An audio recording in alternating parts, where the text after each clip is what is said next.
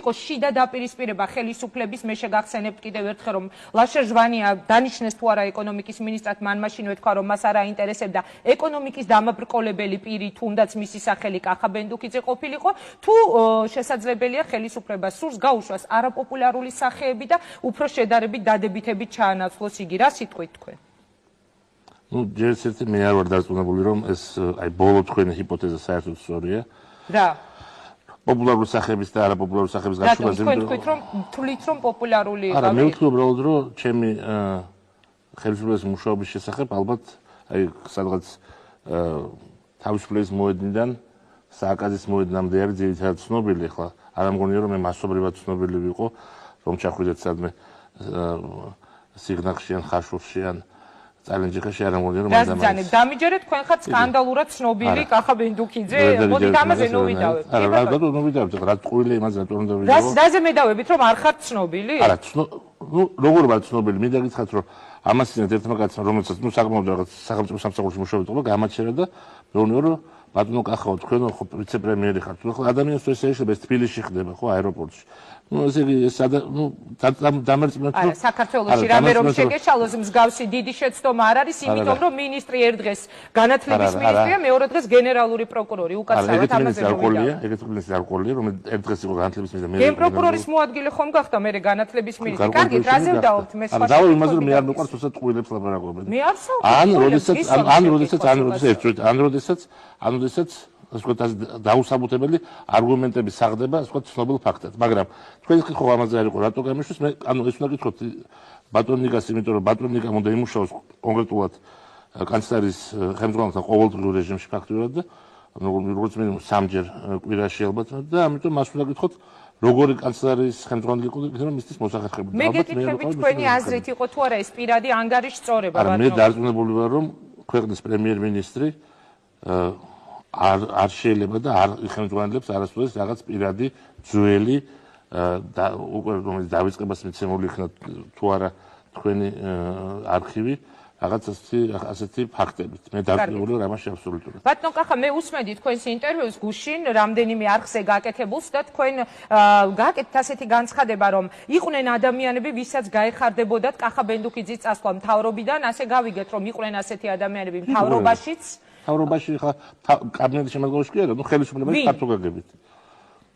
როგორ გითხრათ, ეს პარლამენტში შეიძლება ყოფილიყო და აღმასრულებელ ხელისუფლებაში შეიძლება ყოფილიყო ასეთი ადამიანი და მათ შორის კანცლერიაში შეიძლება ყოფილიყო ასეთი ხალხი. ხომ ვერ დაგვისახელებთ, ვის არ აწმობდა კახა ბენდუქიძის იყოფნა? არა შემთხვევაში არ დაგისახელებთ მაგას, ვინაიდან ასეთი ხალხი კიდევ ერთხელ ვიმეორებ, ბევრი შეიძლება ყოფილიყო, ბევრი არ ნიშნავს ასობით ადამიანს, ლაპარაკია შეიძლება რამდენიმე ათეულ ადამიანზე, მაგრამ ბევრი მხრივ გასაკვირია შეიძლება ის ფაქტი, რატომ იყო ეს ხალხი.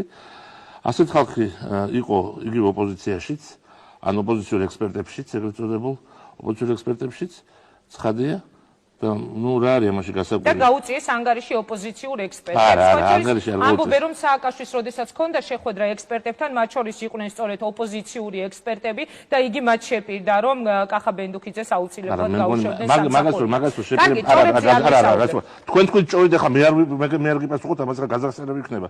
თქვენ არ იყავით იმ შეხვედრაზე, მე ეგრო სააკაშვილი მაგას დაპირებოდა ეს ოპოზიციური ეგრეთ წოდებული ვითომდა ექსპერტები, მაგას პირველად მაგას გააპიარებდნენ, ხო, რაზეა ლაპარაკი? მათ უბრალოდ ის თქვეს მაშინ, რომ ჩვენ ვილაპარაკეთ ამ საკითხზე და ეს უზარმაზარი პრობლემაა საქართველოს წიოდა.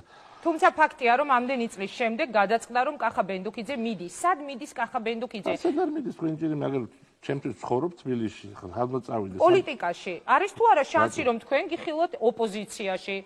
ოპოზიციაში მაჩვენეთ ის ძალა, რომელიც ასევე ზრუნავს ქვეყანაზე, როგორც დღევანდელი ხელისუფლება და მაშინ ვიფიქრებ, მაგრამ ვფიქრობ, რომ დღევანდელი ხელისუფლება ზრუნავს ქვეყანაზე ოპოზიციაში არა?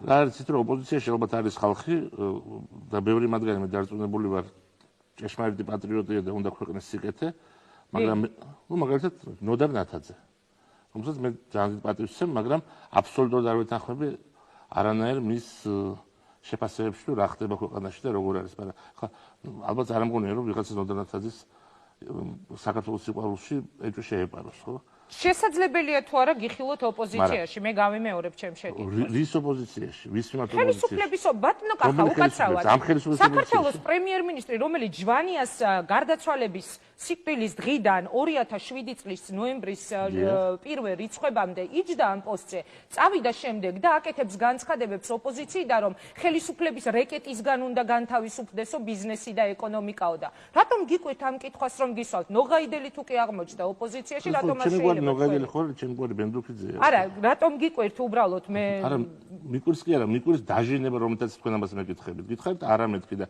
სამჯერ გაიმეორეთ იგივე კითხვა. ანუ რაღაც მოლოდინი გაქვთ ალბათ, რომ უნდა წავიდე ოპოზიციაში. არა, მე გისვამთ თუ კითხვას, გონია თუ რეიტინგს აწევს გადაცემის არ ვიცი. გადაცემის რეიტინგის აწევა ნამდვილად არ არის საჭირო და მე თანხმეთ გადაცემას აქვს ძალიან კიდეს კარგი. მიწვდა?